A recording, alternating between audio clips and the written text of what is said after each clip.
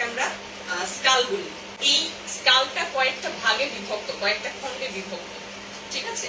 প্রত্যেক সবগুলি খণ্ডকে আমরা একত্রে বলছি করোটি, একটা একটা খণ্ডকে আমরা আলাদা আলাদা করে বলছি করোটিকা। যেহেতু পুরো ব্রেনটাকে একটা আবরণে আবৃত করা হয়েছে, শক্ত খোলক, খোলক বুঝতে পারছি, ঢেকে রাখা খোসা, এজন্য এটাকে বলছি আমরা যে আমাদের কেন্দ্রীয় স্নায়ুতন্ত্রের যে স্ফীত এবং জটিল অংশটুকু করোটির মধ্যে সুরক্ষিত থাকে, সেই অংশটুকুকেই আমরা বলছি হচ্ছে ব্রেন বা ব্রেন এনসেফালন। তাহলে ব্রেন সম্পর্কে আমরা জানলাম, ব্রেনটা কি এবং কোথায় থাকে, কিভাবে থাকে সেটা জানলাম। ব্রেন সম্পর্কে ছোট ছোট কিছু তথ্য আমরা জানবো যেটা আমাদের কাজে লাগবে। এক নম্বর হচ্ছে, আচ্ছা এটা নাম হচ্ছে, এক নম্বর হচ্ছে আমরা যখন মাতৃগর্ভে থাকি, জাইগোট ফর্মেশনের পর যখন ভ্রূণের গঠন শুরু হয়, তখন সেই ভ্রূণের গায়ে তিনটা আবরণ থাকে, একটোডার্ম, মেসোডার্ম এবং এন্ডোডার্ম, ঠিক আছে। তিনটা আবরণ থাকে। প্রথমটা হচ্ছে একটো, মাঝেরটা হচ্ছে মেসো এবং ভেতরেরটা হচ্ছে এন্ডো। একটো হচ্ছে বাইরের আবরণ, মেসো হচ্ছে মাঝের আবরণ এবং এন্ডো হচ্ছে ভেতরের আবরণ।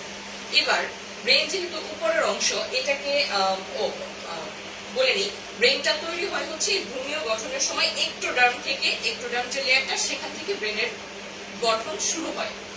এবার একটু হচ্ছে বাইরের আবরণ, একটু থেকে কেন ব্রেনের গঠন শুরু হচ্ছে, বাইরের আবরণ তো, তাই না। স্কিন তৈরি হবে, নখ তৈরি হবে, চামড়া তৈরি হবে, এইগুলি তৈরি হবে বা লোম তৈরি হবে, তাই না।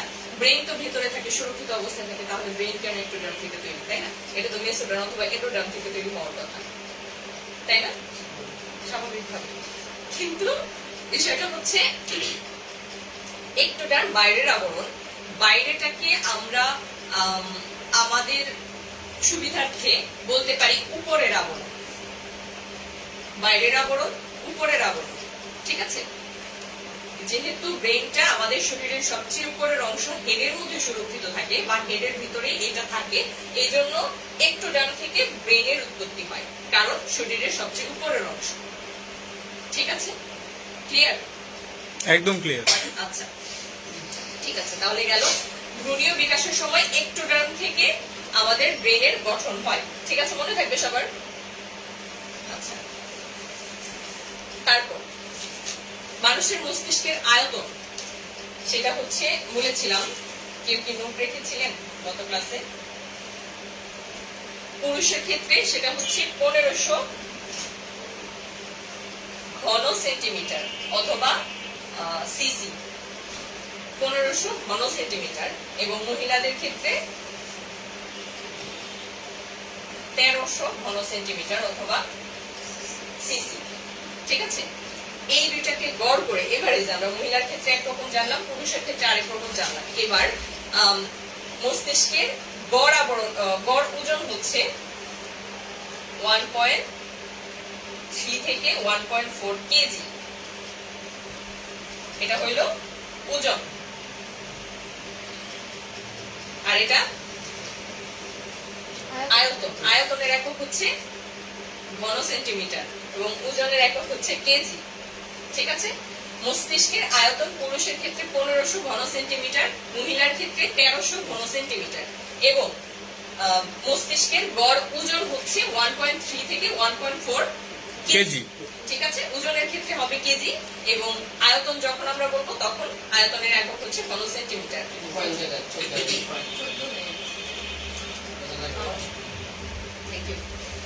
আচ্ছা, এবার এই যে মস্তিষ্কের গড় ওজন হচ্ছে 1.3 থেকে 1.4, এই ওজনটা হচ্ছে আমাদের দেহের, আমাদের সারা শরীরের যে ওজন, আমরা ওয়েট মেশিনে দাঁড়ালে যে ওজনটা আমাদেরকে দেখায়, সেই ওজনের 2%, ঠিক আছে। এবার আপনি আপনার ব্রেনের ওজন বের করে ফেলতে পারেন কিভাবে? ওয়েট মেশিনে দাঁড়াবেন, দাঁড়িয়ে যে ওয়েটটা আপনাকে দেখাবে, যে সংখ্যাটা দেখাবে, সেখান থেকে 2% বের করে আপনি বলে দিতে পারবেন আপনার মস্তিষ্কের ওজন কত, মানে বুদ্ধি কত আছে এটা বের হয়ে যাবে, একদম, ঠিক আছে।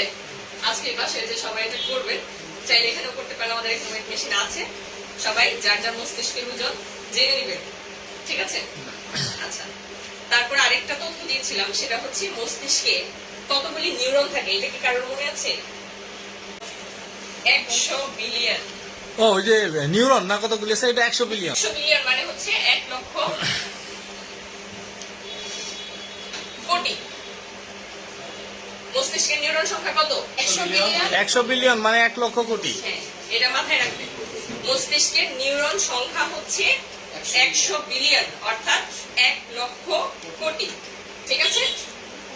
আচ্ছা, এবার আমরা মস্তিষ্ক সম্পর্কে কিছু ছোট ছোট তথ্য জানলাম, এগুলি আমরা মনে রাখবো। মস্তিষ্ক কোথা থেকে গঠন হয়েছে, মস্তিষ্কের আয়তন, ওজন এবং মস্তিষ্কের নিউরন সংখ্যা। নিউরন সংখ্যাটা জানবো এই কারণেই, কারণ নিউরন ছাড়া মস্তিষ্ক কাজ করতে পারবে না, ঠিক আছে? যে কারণে কেন্দ্রীয় স্নায়ুতন্ত্রে স্পাইনাল কর্ড এবং মস্তিষ্ক দুইটা হচ্ছে আলাদাভাবে বলা হয়েছিল, এই দুইটা একসাথে কাজ করে, ঠিক আছে?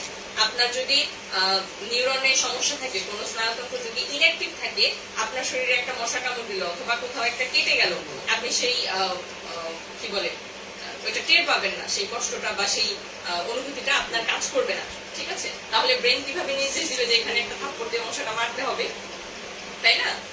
ওরা হচ্ছে একে অপরের সাথে পারস্পরিক ভাবে সম্পর্কযুক্ত, ওরা একসাথে কাজ করে, এই জন্য এটা গুরুত্বপূর্ণ, ঠিক আছে? এবার আমরা মূল মস্তিষ্কে চলে যাব।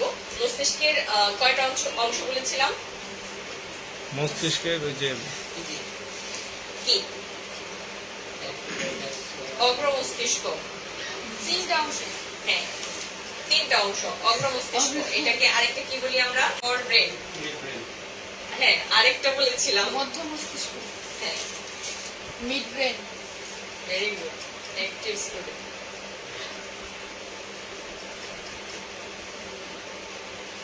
একটা হাইন্ড ব্রেন, পশ্চাৎ মানে কি বলেন তো? পিছনের পাশ। অংশ, পশ্চিম পাশ, আচ্ছা, অগ্র মস্তিষ্ক অর্থাৎ ফোর ব্রেন, মধ্য মস্তিষ্ক অর্থাৎ মিড ব্রেন এবং পশ্চাৎ মস্তিষ্ক অর্থাৎ হাইন্ড ব্রেন। এই তিনটা আবার আলাদা আলাদা নাম আছে, সেটা গত ক্লাসে সম্ভবত বলি নাই, শুধু অগ্র মস্তিষ্কটা বলেছিলাম। ফোর ব্রেন, এটাকে আমরা এই এনসেফালন এই ভাষায় বলতে পারি প্রোসেনসেফালন।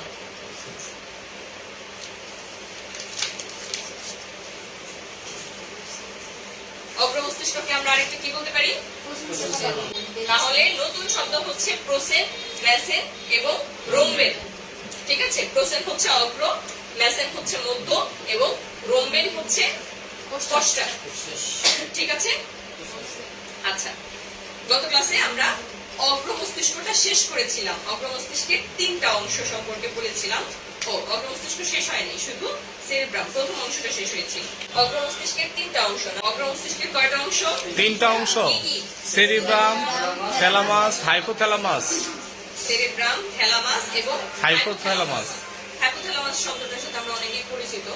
আচ্ছা, সেরেব্রাম, সেরেব্রাম হচ্ছে এই যে আমাদের মস্তিষ্কটা, পুরো যে মস্তিষ্কটা, এই মস্তিষ্কের আমরা যে অংশটুকু দেখি, ঠিক আছে?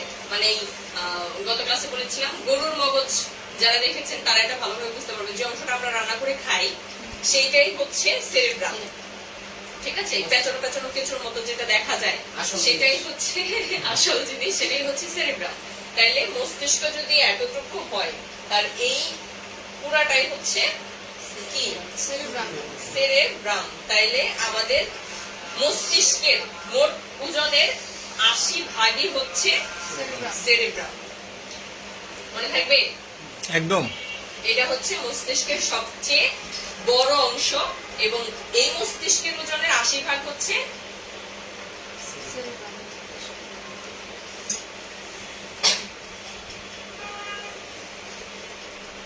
মস্তিষ্কের ওজনের 80% হচ্ছে সেরেব্রাম। তাহলে কত বড়? আর বাকি থাকে 20%। ওই 20% হচ্ছে সবাই ভাগে যোগে নিচ্ছে। তাহলে ওদের ভাগে কতটুকু করে পড়ছে? আচ্ছা, এবার এই সেরেব্রামের হচ্ছে 2টা অংশ থাকে। এইটা এই নরমালি যে চিত্রটা আমরা এইভাবে এখানে আঁকি সেটা হচ্ছে সাইড থেকে নেওয়া চিত্র। আমি যদি এইভাবে করে দাঁড়াই তাহলে আপনারা আমার মস্তিষ্ককে যেভাবে দেখবেন সেটা হচ্ছে এই যেটা একটু আগে এঁকেছিলাম এরকম চিত্রটা, হ্যাঁ? আর যদি সামনে থেকে দেখেন অথবা পেছন থেকে দেখেন তাহলে এরকম দুইটা অংশ দেখতে পাবেন। ঠিক আছে, এরকম দুইটা অংশ দেখতে পাবেন। হ্যাঁ, মগজটাকে এইভাবে সোজাসুজি অথবা পেছন থেকে দেখলে এরকম দুইটা অংশ লাভ এরকম ভাবে দেখা যাবে। এই অংশটা হচ্ছে একটা হচ্ছে ডান দিক, একটা হচ্ছে বাম দিক, তাই তো? তাহলে এই দুটো অংশকে আমরা বলবো হচ্ছে সেরিব্রাল হেমিস্ফিয়ার। একটা হচ্ছে রাইট সেরিব্রাল হেমিস্ফিয়ার, একটা লেফট সেরিব্রাল হেমিস্ফিয়ার। ঠিক আছে, এবার কথা হচ্ছে এই রাইট সেরিব্রাল হেমিস্ফিয়ারটা আমাদের শরীরের বাম পাশের অংশকে নিয়ন্ত্রণ করে এবং লেফট সেরিব্রাল হেমিস্ফিয়ারটা আমাদের শরীরের ডান পাশের অংশকে নিয়ন্ত্রণ করে। যে কারণে আমরা ওই মাথার ডান দিকে স্ট্রোক হলে বা ডান দিকে কোনো আঘাত পেলে যদি কোনো নিউরন ক্ষতিগ্রস্ত হয় সেই ক্ষেত্রে বিপরীত পাশটা প্যারালাইজড হয়ে যায়। আমরা যদি দেখি কারো ডান পাশ প্যারালাইজড তাহলে আমরা কি বুঝবো? বাম। ডান পাশ প্যারালাইজড হলে আমরা বুঝবো যে বাম সেরিব্রাল হেমিস্ফিয়ারে ও আঘাতপ্রাপ্ত হয়েছিল অথবা স্ট্রোক করেছিল, কোনো নিউরন ক্ষতিগ্রস্ত হয়েছে অথবা ড্যামেজ হয়ে গেছে। ঠিক আছে, আচ্ছা এবার এই সেরিব্রাল হেমিস্ফিয়ারের দুইটা স্তর থাকে, একটা হচ্ছে বাইরের স্তর, একটা হচ্ছে ভেতরের স্তর। আনিতা ম্যাডাম বলবে বাইরের স্তরের নাম কি, ভেতরের স্তরের নাম কি? সেরিব্রাল কর্টেক্স এবং সেরিব্রাল মেডুলা। ঠিক আছে, বাইরের স্তরটাকে আমরা বলবো হচ্ছে সেরিব্রাল কর্টেক্স এবং ভেতরের স্তরটাকে বলবো হচ্ছে সেরিব্রাল মেডুলা। এটা আপনারা মনে রাখবেন, এটা অন্যান্য অর্গানের ক্ষেত্রেও কাজে লাগবে। কিডনিতে এটা পাবেন যে বাইরের অংশটুকুকে আমরা বলছি হচ্ছে কর্টেক্স এবং ভেতরের অংশটুকুকে আমরা বলছি মেডুলা। এটা মনে রাখবেন, ঠিক আছে? আচ্ছা, এইবার যেটা হচ্ছে গুরুত্বপূর্ণ, স্যার যেটা নিয়ে লাফালাফি করতেছে সেটা হচ্ছে আমরা এই সেরিব্রাম, এই যে এত বড় অংশ, এই অংশটাকে আবার 5টা অংশে ভাগ করা হয়েছে, যেটাকে আমরা বলছি